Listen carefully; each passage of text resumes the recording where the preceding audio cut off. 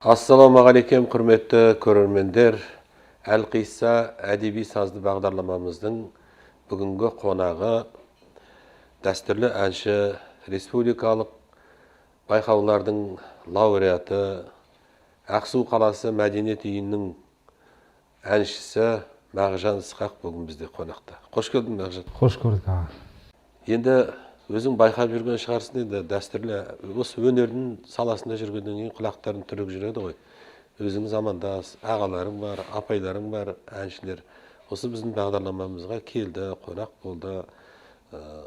Енді біздің ұстанымымыз бір әннің тарихын айтып, кімнің әні, сол жайында кішкене көрермендерімізге ақпарат беріп, қысқада болса, сөйтіп сол әнді орындап беру.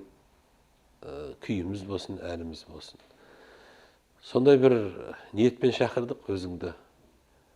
Қандай ән әкелдің біздің көрермендерімізге? Мен қазақтың маңдайына біткен суырып салма әнші ақын Иса Байзақовтың желдірмесін алып келдім осы бағдарламаға. Рахмет сіздерге шақырғандарыңызға. Алла разы болсын. Сол енді біздің де бір неміз тиісін деп келдік, ниетпен келдік. Иса атамыздың желдірмесі. Енді биыл өзіңнен естіп отырмыз, Иса атамыздың 125 жылдығын әжептәуір деңгейде тойлады. Республикалық деңгейде. Сонда бір жақсы елдің есінде қалатындай бір байқау болды, республикалық байқау ғой. Облыстық. Облыстық па? Ертіс ауданында болды. Осы байқауда өзің жүлделі орын алдың. Аш жүлдені алдың, Бірінші орын алдың. Бірінші орын алдың. Бірінші орын. Ол да құтты болсын Иса атамыздың. Енді мынау құланның қасуына мылтықтың басуы дейді. 125 жылдыққа Иса атамыздың. Оның үстіне сол байқаудан бірінші орын алған өзіңді бүгін осы бағдарламамызға шақырудың өзі кездейсоқ емес шығар деп ойлап отырмын мен. Иса атамыздың бірнеше желдірмелері бар ғой енді ол кісінің. Бар, бір-екі желдірмесі бар. Бірнеше түрі бар, бірнеше нұсқасы. Соны өзің енді қай нұсқасын айтып жүрсің, соны айта кетіп қысқаша сол желдірмені орындап берсең бізге. Екінші нұсқасы, екінші түрі желдірме. Исаның желдірмесі. Алтындай қостар.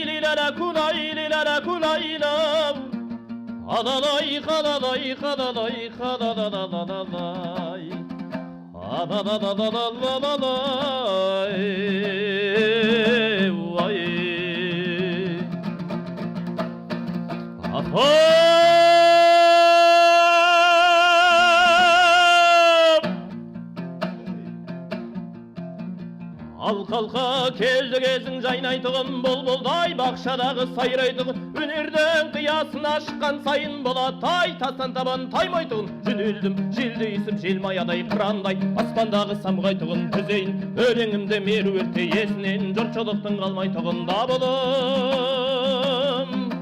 Ауыл пасай шарықтаған екпінім, самолеттай заулайтығын, өнерлі жастарымыз үйреніп әне де желдірматтай самғайтығын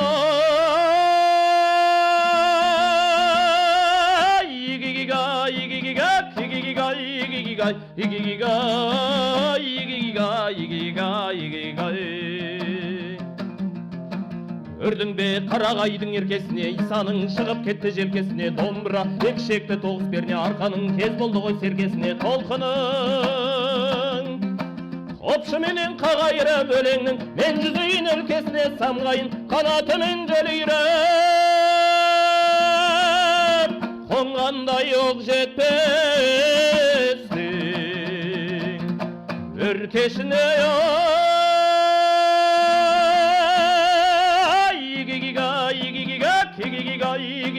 игигигай, игигигай, игигигай, игигигай, игигигай. Тоф, не деген дауыл, не деген күш. Мынау Иса атамыздың характерінің өзі қандай, иә? Бүкіл характерді осы әнге салған сияқты. Мынау әннің бір ерекшелігі желдірменің басында желдірмені шақырғандай болып, игиге көк деп жаңа кетеді ғой. Соның өзі бір адамды өзіне баурап, тура қолқаңды суырады. Ән шақыруы керемет екен Иса атамыздың. Бұл енді Иса атамызға осы желдірме жанры біздің өңірімізге жалпы есіме түсіп отыр. Құдайберген Әлсейітов деген керемет ақын композитор болды ғой біздің өңірде. Сол Иса екеуі бір елдікі ғой енді, Ертіс ауданының. Сол кісі мына Біржан Салдың көп жүрген екен, Көкшетау жағында. Шатаспасам, мына Құдайберген желдірмесі бар еще. Иә, ол кісінің желдірмесі бар. Құдайбергеннің сол анау Біржаннан әкелді деген тарихи деректері бар да, мына осы стильді.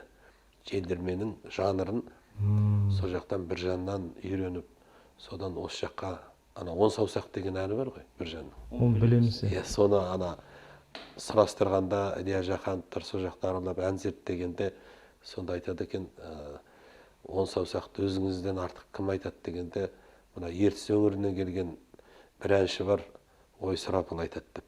Жаңағы Иса Құдайберген Әлсейітовтің да характері кішкене сондай адам болды ма деп ойлаймыз өзіміз. Сондай керемет мынау тарихи үрдісті, тарихи дәстүрді өзің әдемі жалғастырдың да, жаңа ән айтуыңнан, дауысыңнан, екпін, күш, оның үстіне жылдамдатып айтатын әнге де енді күш керек оған. Солай емес пе? Керек. Дем керек. Дем керек, күш керек адам. Ой керек. Ішкі қуаты. Дауыстан енді мен бір не айтайын, бір тәжірибемнен. Байқауға Абай облысында, Барадулиха ауданында үлкен бір не болған. Бізде Мәдениет Ешекеевтің республикалық байқауы болған. Сол жерде енді әншінің тек енді әншілігі ғана емес, ойы болу керек та, ойды жеткізе білу керек та. Бұлай құр дауыспен ғана енді, дауыс жақсы ғой, бірақ оймен айту керек та, ойды жеткізе білу керек. Сол кезде ән болады да. Дұрыс айтып отырсыз. Ұстазымыз айтқан сол жерде Еркін Шүкіман деген ұстазымыз дәстүрлі ән бағытында бірталай жылдар ұстаздық қылып отыр, әнші. Білесіз ғой енді, танисыз. Дұрыс айтасың, өнерпаз адамдар ойлы болу керек. Мына ой дегеніңіз жаңағы әннің ішіне кіріп, оны бойға сіңіріп, сосын оның тарихын бәрін ұғып, оның ой елегінен өткізіп барып, сосын жаныңды, жүрегіңді салып айтсаң, әрине ән жетеді ғой, жететін жеріне, солай емес пе? Өзіңден де көп болды, даусыңды да естімедік. Сағынған екенбіз. Сондықтан осы өнердің қара домбырамызды, қасиетті қара домбыраны қадірлеп, ұстап жүрген өзі саусақпен санарлықтай ғана азаматтар бар бізде. Солардың бірі де, бірегейі де өзіңсің. Ал енді көрермендеріңе бір ауыз өзіңнің. Енді мен алдымен әке-шешеме рахмет айтқым келіп отыр. Ұстазыма, Медағат Жанайдарұлына Алла разы болсын. Бұл кісі себепкер. Одан кейін Ербол Айтбаев ұстазымыз бар. Сол енді баршаңызға, отбасыларыңызға амандық, деніміз сау, еліміз аман, жеріміз тыныш.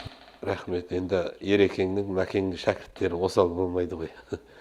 Өзіңе де, Мағжан, осы біздің бағдарламамызға келіп, көрермендерімізге тамаша ән сыйлағаның үшін көптен көп рахмет. Құрметті көрермендер, осымен Әлқиса сазды бағдарламамыз соңына жетті. Келесі кездескенше аман сау болайық. Ұлттың мәйегі ол дәстүрінде, өнерінде, сондықтан дәстүрімізді, өнерімізді қадірлеп жүрейік.